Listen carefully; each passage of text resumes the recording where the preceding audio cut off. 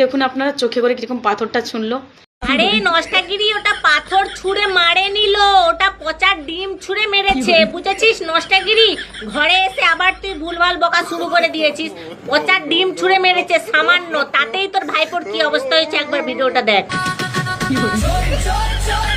অভিষেকের পিসিটা দেখলে পরে ভাল লাগে না ভাইপো সোনার মুখটা।